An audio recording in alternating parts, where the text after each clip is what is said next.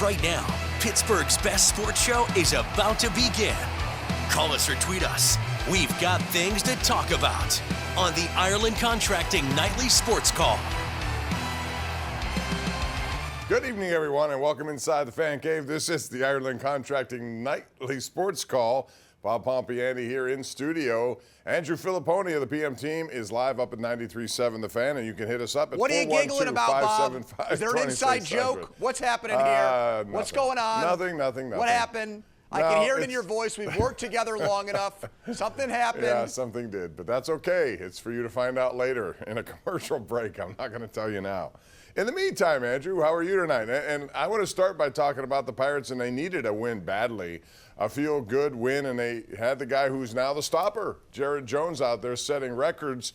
Well, the buttons that Shelton pushed with his lineup worked. He moved McCutchen up to leadoff. He hit a home run to start the game. Cruz is down in the lineup. He has a big night where he has a bunch of hits. Also gets a hit off a lefty that you just showed there for our TV audience, Bob. So these things are moves that I think a lot of fans would have disagreed with. McCutchen is batting 170. You're going to make him your leadoff guy, and it paid immediate dividends. And, they're keeping O'Neill Cruz in the lineup, but they've buried him. They've hit him down near the bottom, and he broke through with a big night. So outside of the revelation and the phenomenon that is Jared Jones, I would say those two things really stood out to me. And one other thing stood out about Jones and specifically Shelton. You know, the other day he took him out after 59 pitches, and he was blowing people away. Well, tonight he stuck with him. Not only did he stick with him in the sixth inning, got into a little bit of a jam with the bases loaded. He could have done something there. He chose to stick with him, and he got out of that. So I think that's a big moment for Jared Jones. Well, you told me I wasn't allowed to give a Jones opinion. You said I had to do something else, That's Bob, because I saved it for myself. That's why I wanted to take you out of the woods. So I knew you'd probably go to that. But I thought that was a big moment, didn't you? I did. Did you hear what Ben Cherington said about the decision to pull Jones in the New York game? He said it was the coaching staff, and he respected it. But he didn't say he agreed with it, and he did something that you almost never hear in pro sports. He said they, and not we or us, which I was completely thrown off by that. I just thought right away, Bob, that decision came from a higher power. That it came from someone above Derek Shelton's pay grade, and then come to find out it was really the coaches and Shelton who made that decision on their own.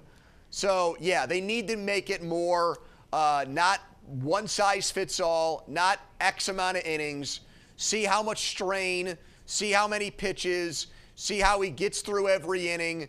It's got to be more specific than just 5 innings in a blanket thing. So I was actually relieved, believe it or not, to hear that was not a Ben Cherington decision, and maybe he talked to Shelton after that start, Bob, and gave him the runway to leave him in the game tonight. Yeah, it could very well have been, but it was interesting, and the fact that he went into the 90s tonight I thought was significant as well.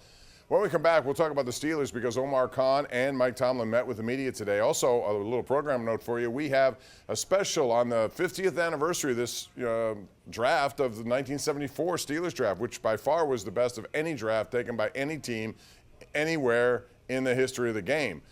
So that's coming up Wednesday night on KDK Plus, 8:30. So if you tune in for that, we would appreciate it. Meantime, Andrew, we're going to take a break. Go to the phone lines at 412-575-2600.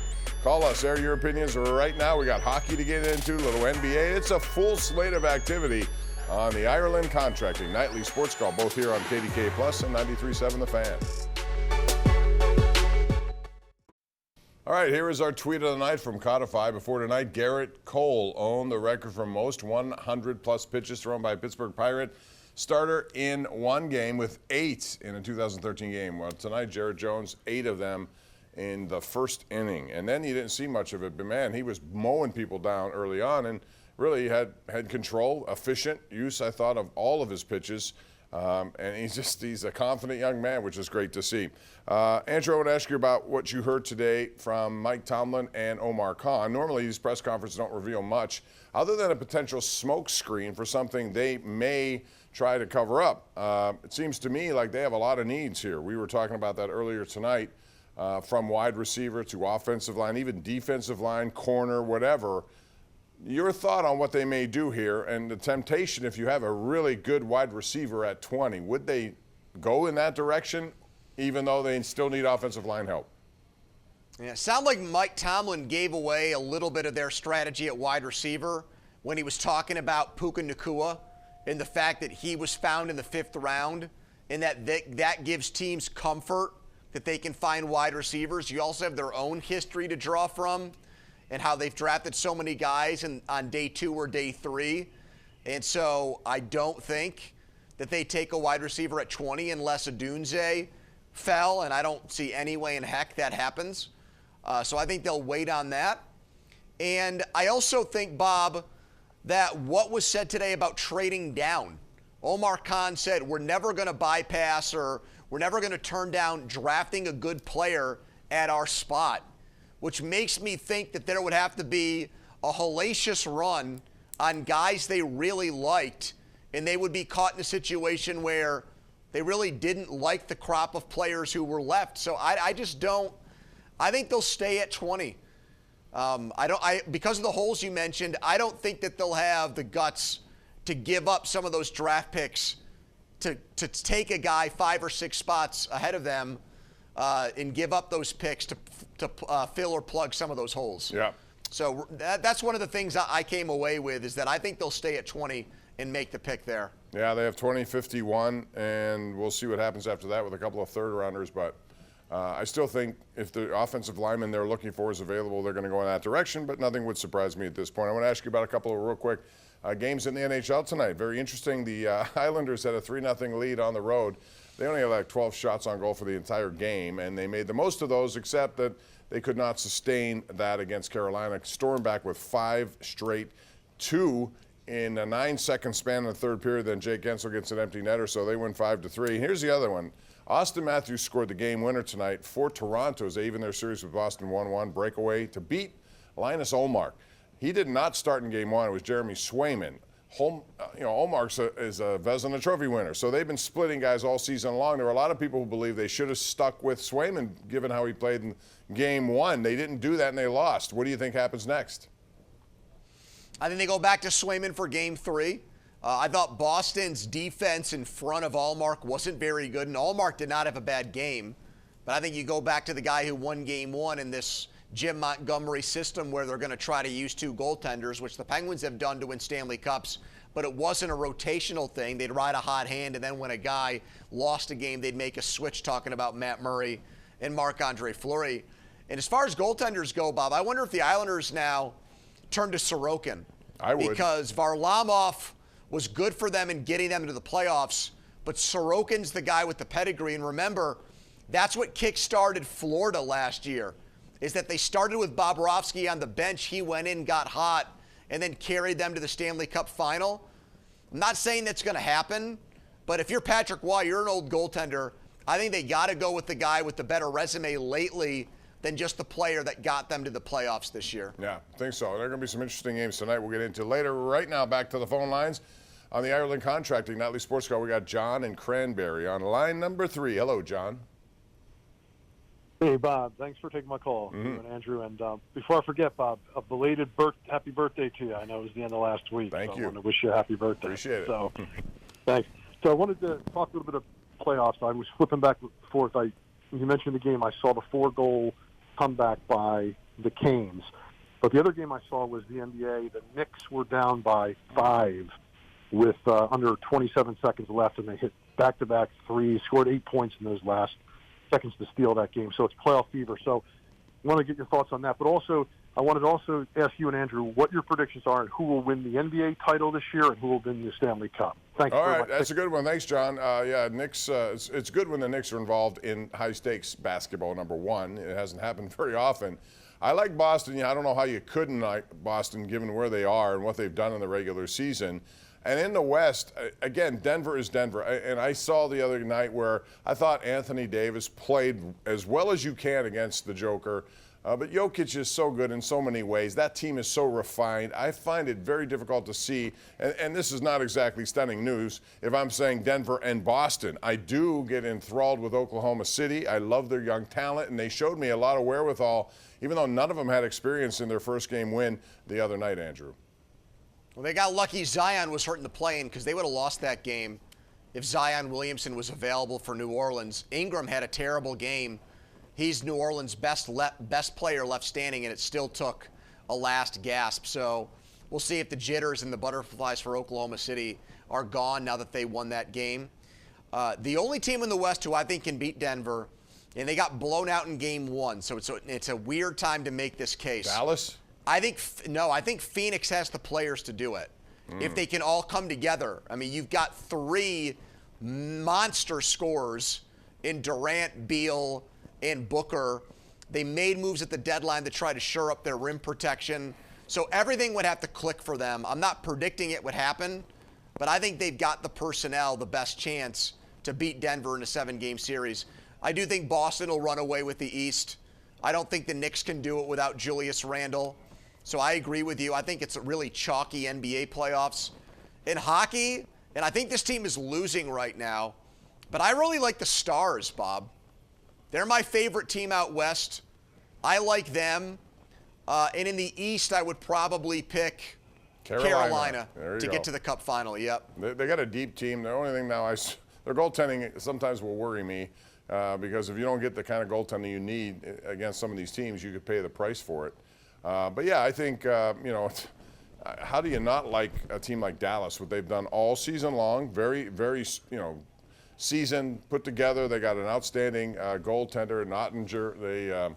There are a lot of good teams out there, though. I would not be surprised if Vancouver made a run, but I happen to like Winnipeg. We were having this discussion. Me too. I thought they could win the entire thing. They're that good, and they showed it the other night, even though they gave up 6 goals, and it's not normally what Hellebuck does. All right, now it's time for our number 1 Cochrane Go One Better caller of the night. We reserve that for Chuck in Uniontown. Hello, Chuck. Hey, Chuck. Good evening, fellas, and thanks. Boy, a necessary win tonight for the Pirates, and I'm just hoping that that's a win that starts a winning cycle and not just stops a losing streak. Because to me, I think at least 3 out of 4 in this series against Milwaukee is what's needed to right the ship. And I particularly would like to center on the problem pitcher for Wednesday night. If Quinn Priester starts, we've got to finally see a start by Quinn Priester that is worthy of his being a number 1 pick in 2019. He hasn't shown us anything good so far, and he's got to, if he can't win the game, he's at least got to keep us in the game.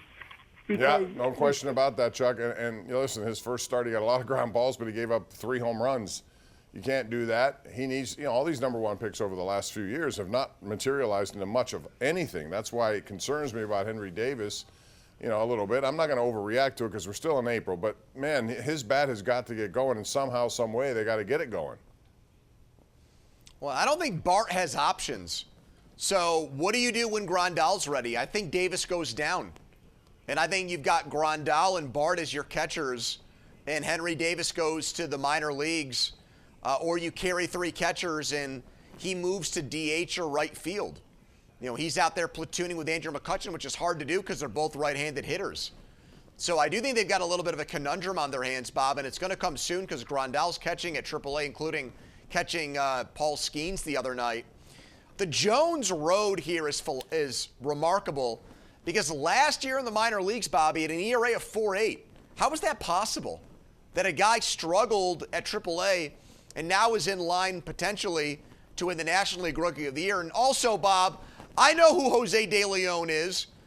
Here's a trivia question. Who was he traded to, and who was he traded for? A guy that ended up being a Pirates All-Star. Do you remember? Big part of those 90s Pirates teams, at least 2 of them. Refresh my memory. You caught me off guard. He's still getting paid by the New York Mets. Not Bonilla. Bonilla? Was he part? I don't remember that. Yes. Wow. All I know is July 1st is a big day in the Bonilla household, and it will be until the year, 2035? The Mets keep paying? It's unbelievable. We can only hope for a deal like that, right? Get some deferred payment, and I forgot about that. You got me on that one, Pony. All right, we'll take a break. Come back. He went 2-19 one year as well, which is just an insane but I'll tell you what, stat. he was a revelation when he came up. And before I give Jared Jones Rookie of the Year, again, I'll say it's only April. And I think what happens is people get to know you a little bit. And when they do, you better be pinpoint with your accuracy. And so far, he's been terrific. But I think this is a get-to-know period for those other teams as well. We'll take a break, come back with more. This is the Ireland Contracting Nightly Sports Call. We are live on KDKA Plus and 93.7 The Fan. At the anchor desk over at KDKA Studio A, getting set for 11 o'clock news. What's going on, Megan? Hey, Pom. Tonight, a community comes together to grieve after human remains were found in Beaver County. Plus, Pittsburgh city leaders announce a new initiative aimed at making utility bills cheaper. And everything you need to know ahead of tomorrow's primary election. All that's coming up at 11. All right. Thanks very much, Megan. Pony, I just have to get this quick golf note in. Scotty Scheffler won again today. No surprise there. He's won $16 million in his last 5 appearances on the PGA Tour, which led me to see this, and it really is interesting. So far this season, Rory McIlroy has made $1.6 million. Scheffler's caddy has made more. And how about the young lady on the LPGA Nelly who's won Korda. 5 in a row, Bob? Yeah, that is unbelievable. That's got to be a record. Well, it's tied with Nancy Lopez and Annika Sorenstam. She could set it next week, so you might want to bet on that one. I don't know. The odds may be. I don't want to jinx her. I think I'll stay away. All right, Pony, thanks. We'll see you again tomorrow night. That'll do it for us. Thank you for joining us. We'll be back on the air tomorrow at 10:35 with another edition of the Ireland Contracting Nightly Sports Call. We'll see you at 11 on KDKA. Good night.